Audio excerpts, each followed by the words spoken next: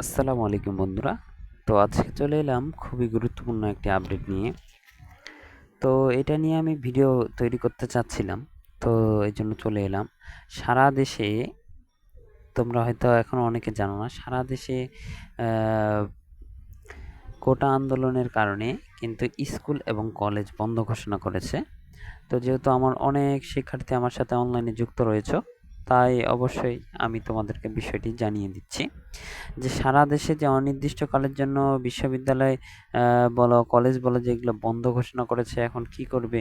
অনেকের পরীক্ষা উম, বন্ধ ঘোষণা করেছে, সেক্ষেত্রে কি করবে? অনির্দিষ্টকালের জন্য। এখন কবে খুলবে, কখন খুলবে, এটা নিয়ে কিন্তু বলেনি।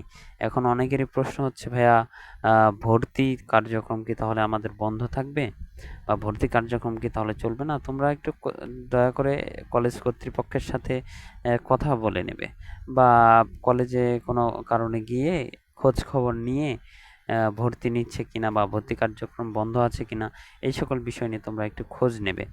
যেহেতু কোটা আন্দোলন চলছে, সারা বাংলাদেশে একটা থমথমে পরিবেশ শুরু হয়ে গেছে।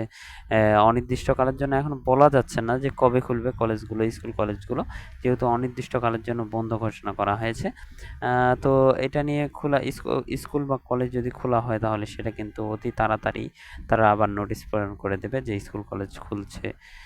আর ভর্তির জন্য তোমরা যারা চিন্তিত রয়েছে যে আসলে এখন বাকিরা যারা ভর্তি হতে পারবে না, তাদের কি হবে? 30শে জুলাই ক্লাস হওয়ার কথা। তো দেখো, যদি আন্দোলন এমনভাবে চলতে থাকে বা এরকম হতে থাকে, তাহলে কিন্তু অনেক সমস্যা হতে পারে। তাহলে কিন্তু তোমার ক্লাস 30শে জুলাই নাও হতে পারে। সেক্ষেত্রে তুমি একটু কলেজে গিয়ে খোঁজ খবর নিয়ে তুমি আসতে পারো যে আসলেই হচ্ছে কিনা, আসলে ক্লাস হচ্ছে কিনা। যেহেতু কোটা আন্দোলন সারা বাংলাদেশে চলছে, আমিও কোটা আন্দোলনের পক্ষে। আমিও চাই কোটার সংস্কার করা হোক। তো এইখানে একটি বিষয় না বললে নয় যে তোমরা শিক্ষার্থীরা, বিভিন্ন রকমের শিক্ষার্থী, বিভিন্ন ক্লাসের শিক্ষার্থী রয়েছে, স্কুলের, কলেজের। তোমরা এই কোটা আন্দোলনে অবশ্যই তোমাদের কোটা সংস্কারের দাবিতে তোমাদের এক হওয়া দরকার। এবং কি এটা আমি মনে করি যে আর শিক্ষার্থীর যাতে কোনো প্রকার রক্ত না ঝরে। সারা দেশে নিউজ পেলাম যে 6 জন শিক্ষার্থী মারা গেছে। তো এটা দেখলে আসলে খুবই কষ্ট লাগে যে এতজন শিক্ষার্থী মারা গেছে। দেখলে খুব বিষয়টা খুব খারাপ লাগে, খুব কষ্ট লাগে। তো চাই না এমন হোক, চাই কোটা সংস্কার হোক, এই থমথমে পরিবেশ যাতে না সৃষ্টি হয়, যাতে আর কোনো শিক্ষার্থীর রক্ত না ঝরে, এটাই চাই, এটাই চাওয়া। তো যেহেতু সারা দেশে যেহেতু শিক্ষা প্রতিষ্ঠানগুলো বন্ধ রয়েছে, শিক্ষা কার্যক্রম বন্ধ রয়েছে, তাই তোমরা ভর্তি কার্যক্রম এখনো চলছে কিনা সেটা কলেজে গিয়ে খোঁজ নিলে কিন্তু তোমরা পাবে।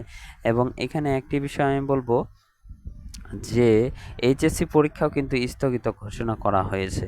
এইচএসসি পরীক্ষাও স্থগিত ঘোষণা করা হয়েছে, যেহেতু বিভিন্ন জায়গায় অনেক নিউজ দেখলাম কালকে, বিভিন্ন জায়গায় অনেক সংঘর্ষ, ইট পাটকেল ছোড়াছুড়ি, থমথমে পরিবেশ, এবং কি আমার নিজ জেলাও কালকে অনেক মারামারি হয়েছে, অনেক ধরনের অস্থিতিশীল পরিবেশ বিরাজ করছে।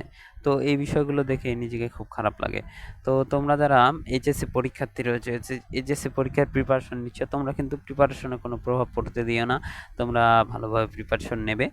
এবং অনেকেই যারা ভর্তি কার্যক্রমের মধ্যে সম্পৃক্ত রয়েছে, তারা কিন্তু একটু খোঁজ নেবে। আমি কিন্তু কেন বলছি, যেহেতু আমার অনলাইনে অনেক শিক্ষার্থী অ্যাড আছে, তাদের যাতে অল্প হলেও উপকার হয়, তাদের যাতে আমি কিছু হলেও উপকার করতে পারি, এই জন্যই আমার ভিডিওটি তৈরি করা। তারা যাতে বুঝতে পারে। এখন আমি বলবো, এবং এইচএসসি, এসএসসি, এইচএসসি এবং যেই নিচের 6 থেকে ক্লাস 10 পর্যন্ত যে সকল শিক্ষার্থী রয়েছে, যারা ভিডিওটি দেখছো, তাদেরকে বলবো তারা তোমরা যাতে স্কুল কলেজ যখন খুলবে তখন আবার ক্লাস করা শুরু করে দেবে। তো এই ছিল আজকের ভিডিওতে। তোমরা যারা ভিডিওটি দেখলে অসংখ্য ধন্যবাদ। সকলে ভালো থাকবে, সুস্থ থাকবে এবং সেফ থাকবে।